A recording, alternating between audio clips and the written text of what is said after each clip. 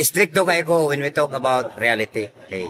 Kaning kalibutan ako, dili ni mahimo nga ato lang ni istoryahon sa magdam.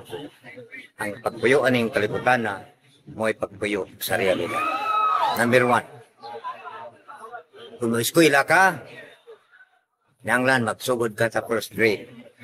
Makangkong kag edukasyon, ikaw man mo sa college. And you will learn many things about why we exist. But sad to say, ang mga ngilngiteng ng graduate sa eskwelahan, mga summa cum laude. Labi na tuwa ka sa protestante, pag adto nimo sa imong simbahan, ang nagbasa sa Biblia, wa kay ka-graduate sa high school. Sa imong buhaton, mapil kag duko.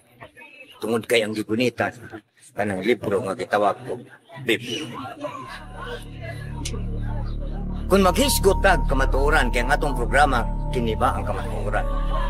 Unsam joy ligo na itong baruganan nga makahatag nato og gitawag og kaisog pagbarog kaning kalibutan nga kining Biblia nga atong gigunitan. Kung usa ka tinuod na libro nga sinuat o digba kung sa Dios. Sa question lang daan nga is this the truth? Wa pa'y history sa kalibutan nga dunay Diyos ni sulti. Kinsay ni sulti? Tao. Doon na tayo amigo nga mind lucky good kayo mo explain. Ami kauban na rin ng jeepre. Nga kung musulti ko naman Rudy, ang amo ko nung gigamit, tawhanon nga panahon. Akong gi-challenge ang amigo ni Brother Jim. Pangita dinhi o panabot, umusabot sa mga statement o sa mga sulti nga dili tao. Ngano man kuno nga namugna man na sa imong hununa nga mayong katawhanon na nga panabot. Diin ka man kuha anak nga principle. Wa may laing musabot aning kalibutan na kita mang tao. Kung basa kag libro, kinsa may musabot?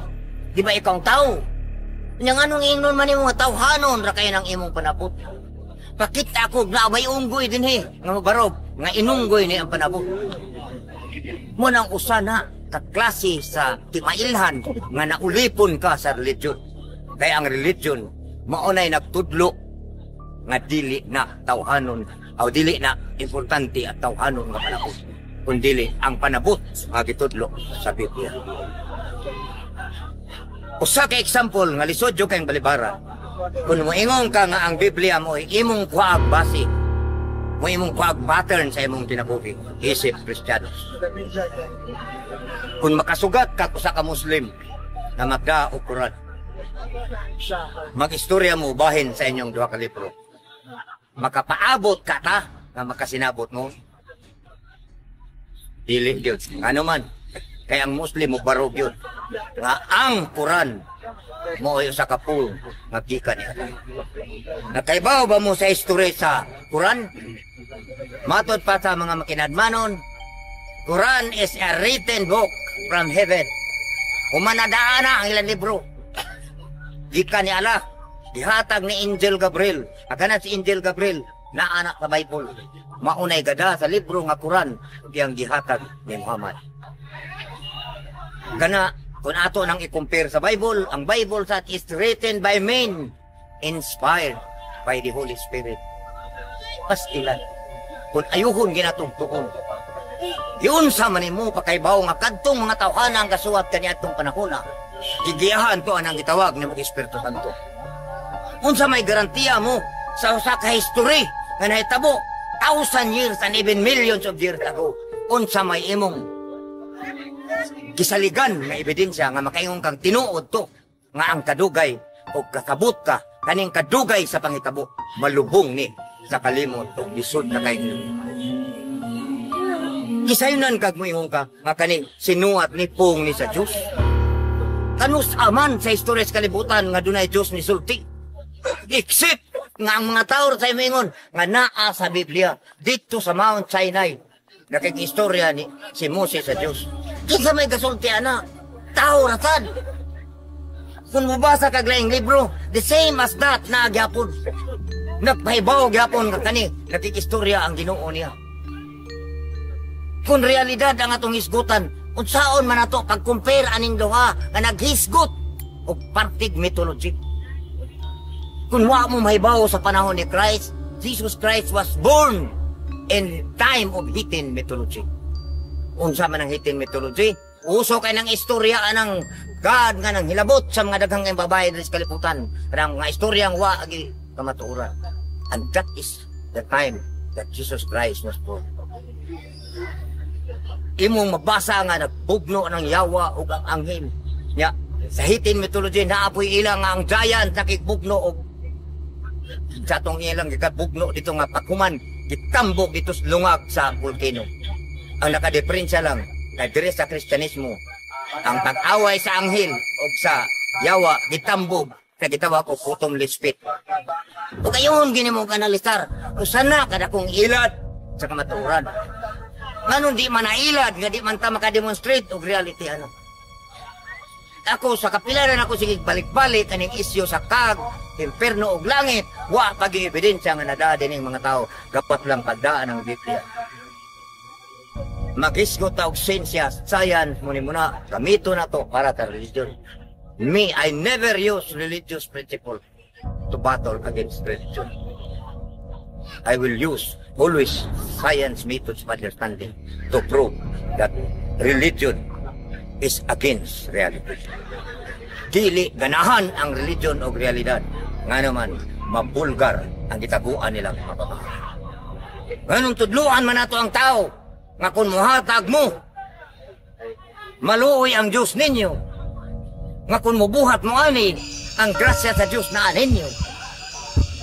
How many times nga na ako sa Catholic Faith Defender yato suguon mi, adtoan ang mga barangay. Di kayo may taga-agpliti. Kung sa imang trabaho dito, Catholic Faith Defender. Tig panalipod, pagbuos Katoliko. Agihulga, sa unsa, sa mga iglesia ni Cristo ra po, mga pulos po, nagamit o Bible, pagka-inconsistent. Pulos, nagunay. Mauna nga ni-adapt juga sa principle, pag-ingon ni Richard Dawkins, the root of all divisiveness is religion.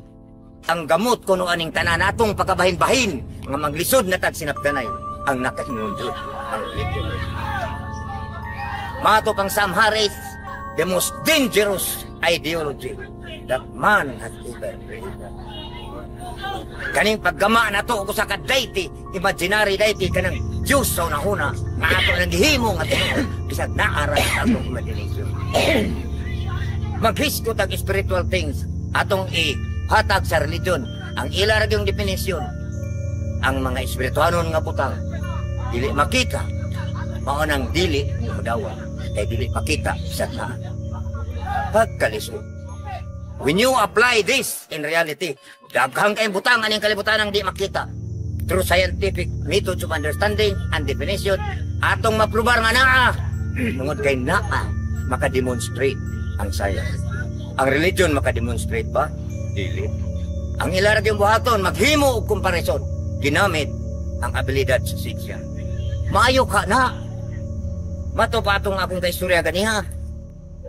Ang mga scientist na ngayabag ko no, si Charles Darwin na buang. E maor ba ito'y naghimo ng theory of evolution nga karon, dili na theory. It is already science. Kay matod pa nila, di na tinuod. Kay doon ay mga butang, mawag yun mo evolve. Di man tanan, butang gisputan ni Darwin mo evolve. Naani kitawag og natural selection. Naay mga butang nga di mo evolve. Ako lang sa gamay pa ko. Ang among gigam diya sa busay mangga.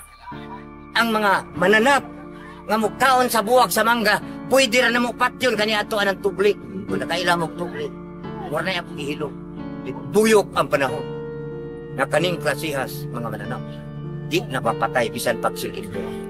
Kung sa may itawag ko nga nagkausap ang klase sa mananap. Di ba na matawag ang bensyon? Na ay mga butang nga wa mapidbol kay it takes thousands, billions of years ang evolution. Darwin was being framed as one of the most ignorant person that ever exists according to religious right. Pero nako, sa akong mga kauban nga nakasabot sa gibuhat ni Darwin, we praise Darwin for the discovery and for the scientific evidence o methods na iyang gidisplay din sa script. Pinaagi niya, daghantag na katunan, daghantag na sayran, unsa ning ato iya.